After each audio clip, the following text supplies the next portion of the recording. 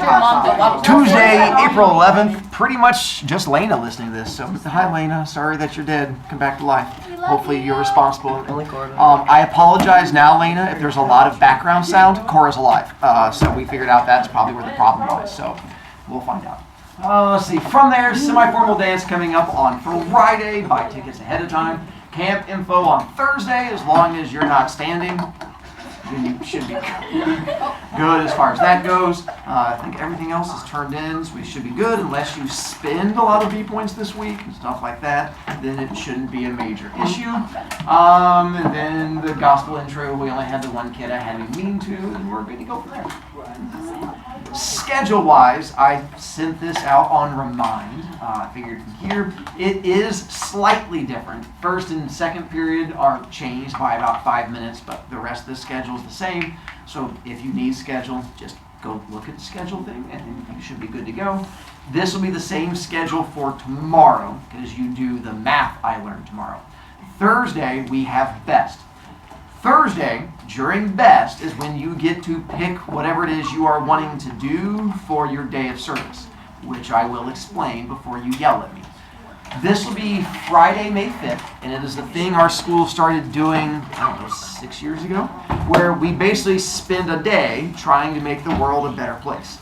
8th graders go off campus. They're going to be going to local parks or old folks' homes, and they go around, like, sing to them or pick up parks and stuff like that. 7th graders, you have activities here around our school.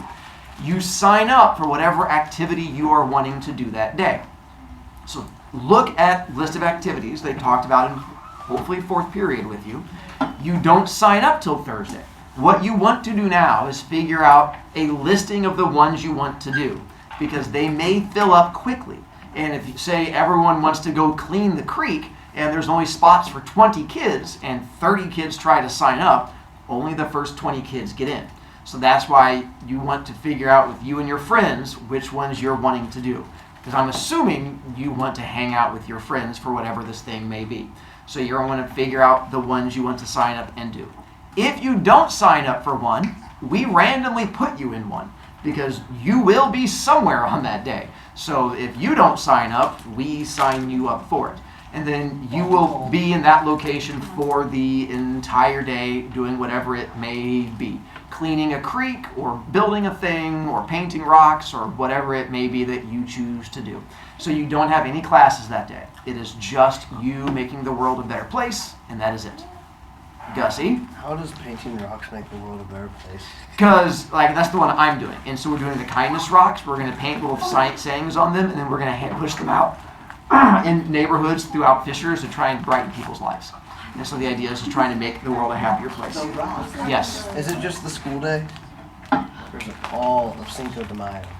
Well, we can't keep you here past 4 o'clock.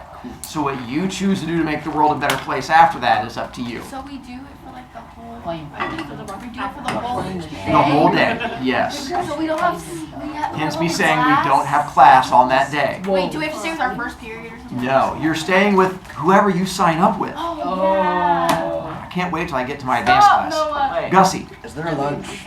Yes. Will we be being fed while we're doing our It depends. child labor? Like, whatever teacher's in charge of it will decide. Like, for my group, I'm going to have kids bring in money ahead of time, and we're going to order pizza to get delivered. Other ones may be doing other things, and so it depends on whatever teacher's in charge of that. I'm gonna do the rock one now. Wally. Okay, for the rocks thing. Uh-huh. When you paint the rocks, do you then like throw it through a window so people can find them? Jimmy Jam. Oh, where's the list of stuff? My teacher didn't go over it. So if your teacher did not go over it, you have to go to Canvas, then go to Library, then go to Modules, and there's a list of them on there. And so you'll find it from that spot. Gussie. Wouldn't painting rocks just hurt nature somehow? Well, then don't sign up for it. Problem solved. I mean, we were kind of being advanced yesterday, and then Cora came back. Hang on 1 second. Hold children, hang on. And we're back. So that gives you an idea of how it works. If you have, so Thursday during Best is when you'll do the actual signing up for it. Talk to friends, figure out what you want to do ahead of time. Other than that, if you have more issues, talk to me later, we'll figure it out. All right. Did that one, only one kid we had to torture, hopefully not for much longer. Yesterday, from this part, we're good to go. No one I have to torture from there, so yay you guys. Today, we'll start getting into book and reading and explaining how things work. So, with book, this is just talking about your little pink sheet. Lena, you're going to get your own copy of book once you come back to life, and you're going to get a little thing that goes on the front because you don't get to keep the book. It's my book, and you're going to write your name on it. There you go. All right. So with bookie thing, one, since it's my book, when you're reading it, please do not fold it so your covers touch, because if you fold it back, it breaks the glue and the pages fall out, and then kids get whiny and complainy next year when they open the book and the pages go all over the place. So I'm just giving you a heads up. If we're reading and I see you fold it back, I may walk by and accidentally have a conniption fit and smack you in the head to help you learn. I will apologize now. It's a medical issue. I have a doctor's note on file. Can I see this doctor's note? You cannot. Also, I am adding to our Canvas page one that says Gospel. And it is the audiobook for those of you who hate reading. One, hopefully today during your iLearn practice, when you had to have that whole big long thing about the Celtics, you have to learn to read on your own at some point. But for those of you who still hate reading, even though you're in advanced, I did put audiobook on there. The trick is, it's a little tough to match up because it's done by these parts. It has like 7 parts to the book. And so it doesn't really, if you flip through it, it doesn't really have chapters. It just has like random breaks. So it gets a little tough to like fast forward to find the right area. So it's not the easiest setup, but it can work. But that's on there if you want it. Plus I have an ebook, so in case you are needing to do a thing, whatever, just try and help you. Alright, Gospel. So with this book, you guys know what like historical fiction stuff is? Yeah. And you also know what like a biography is? Yes. You know what an autobiography is? Yes. What is an autobiography? Biography written by yourself. So this book is essentially an autobiography by a kid by the name of Josh Swinson, who is 17 years old. But the problem is, he was not very well known. I mean, he was, but he gave his manuscript, his book about his life, to Janet Tashjian, who was a famous author, and asked her to print it for him. So that's what we're going to get into, where it's a little confusing. It's written in the first-person point of view because Josh wrote this, but it's not printed under his name. It's printed under Janet's name.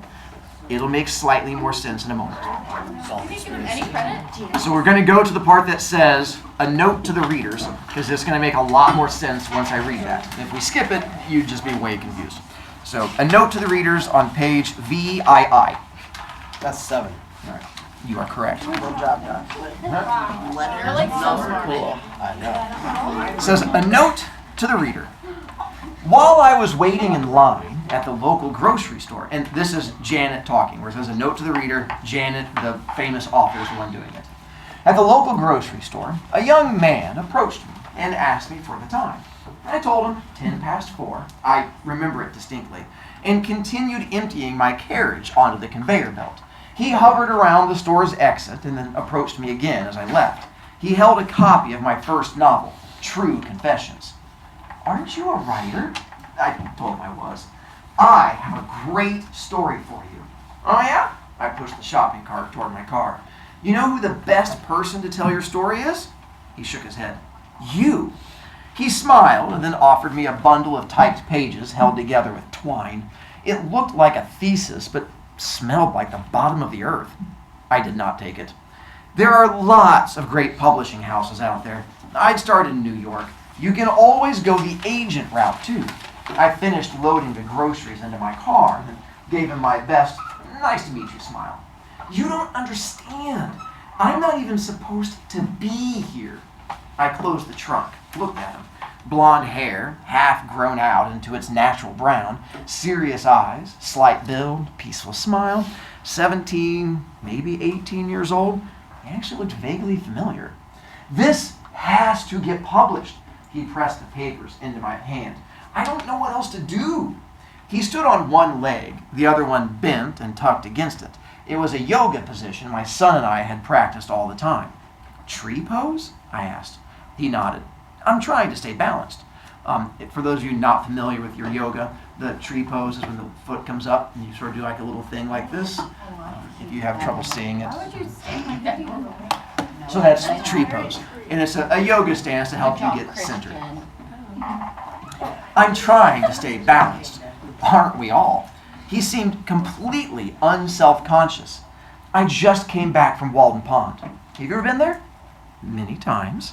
He pulled the paperback Walden from his back pocket and started to read.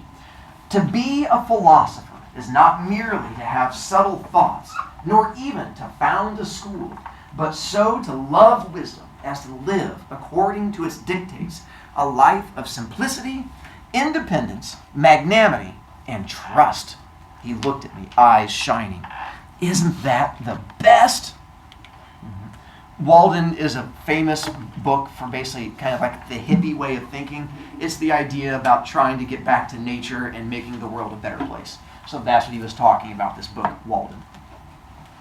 What do you say to a kid standing on one leg while quoting Thoreau? I told him I'd read his manuscript. I set it up like a term paper. I typed it on an old manual typewriter in the woods. Then I pulled stuff from the web, added some biblical quotes. He smiled. It all makes sense. You'll see. He placed his foot firmly on the ground. If you decide not to help me, I'll understand. I asked how I should contact him. That's impossible. I'll contact you. On the drive home, I skimmed through the pages on my lap. I sat in my driveway and continued to read, unfazed by the gallon of ice cream melting in my trunk. Now, I thought he had looked familiar. I raced back to the grocery store to find him, but he'd already gone. By the time he called the next day, I had read his entire manuscript. Well, he asked. His anticipation reminded me so much of my own, waiting to get my first novel published. No, 1 second. We're back. Woods, help me understand. I told him I had another project I was working on, but thought his version of the story was important and needed to be told. I asked my editor, Christy, if she'd be interested in publishing the manuscript. After reading it, she was. Josh also gave me a disc with photos he'd taken. We placed them throughout the book. The epilogue was my idea to add another perspective. Working on the book, I sometimes found Josh's story inspirational. Other times it seemed eerie and devoid of meaning.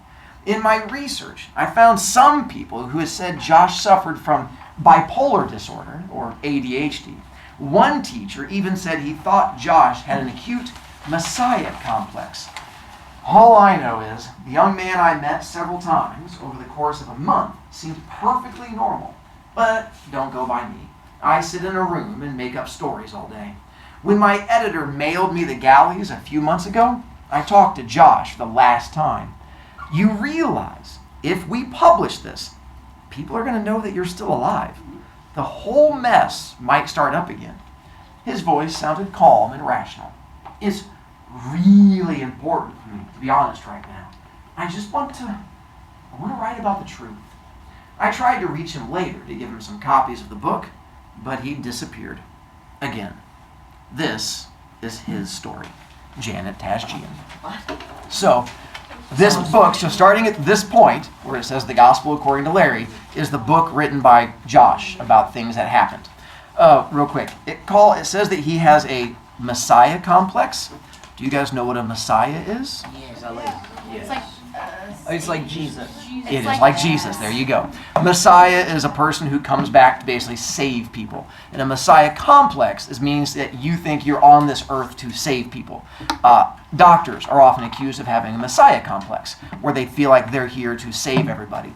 And so the worry is that this kid felt he was on the earth to save people, which will make more sense in a moment. So now, turning to page 2, The Gospel According to Larry. In my own words, by Josh Swinson. Oh, and they will explain the title of the book here coming up, and it'll make more sense to you. Part 1. This is the disciple which testifieth of these things and wrote these things, and we know that his testimony is true. St. John 21:24. Do you guys know what footnotes are in a book?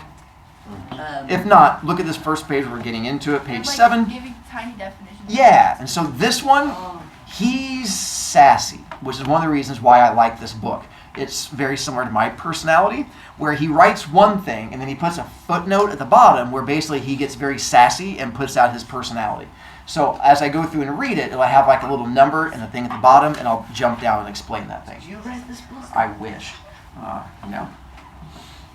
I haven't enjoyed a rant this much since Thoreau, Beth said.